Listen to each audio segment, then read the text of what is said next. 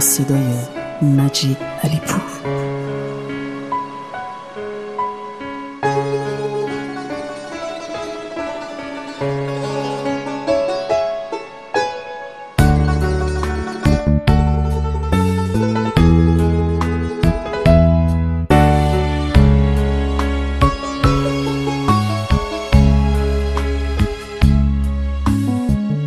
قسم به مجنون عاشق دل خون، فرهاد کوکن شدم و خبر ندارم. نیستی کنارم تو رو ندارم، خاک پاهاتو به چشم سرمه میذارم. دلت از سنگه، دلم از شیشه، بی تو میمیرم. ای عشق منو پر کن، چشمو تر کن، از تو دلگیرم. عشق من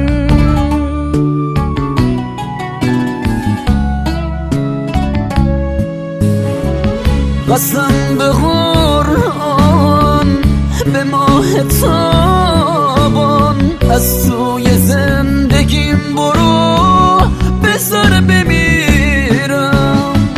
همه امیدم صبح سپیدم، به تک تک مقدسات از پا بریدم.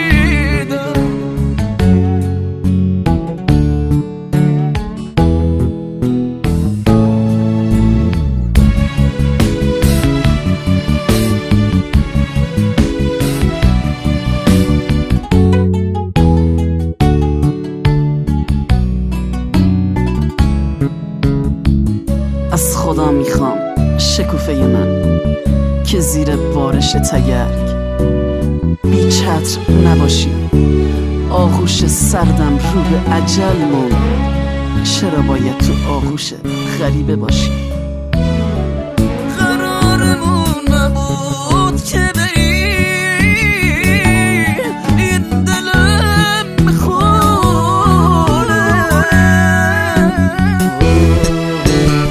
لیلای من که نبود با دلم همخونه.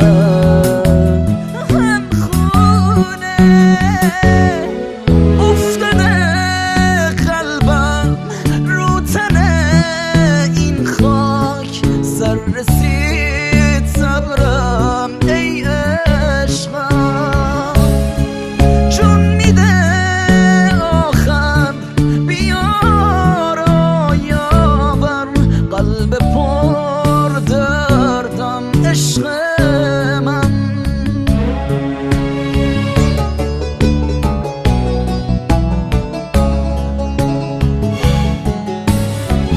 قسمم دادی، قسم دادم، قسمو بشکن.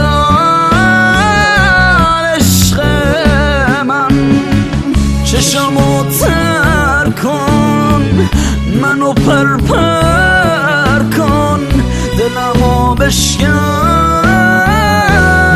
عشق من تنها به دنیا اومدم، تنها هم از دنیا میرم. به حرمت همین قسم به احدی دل نمیدم.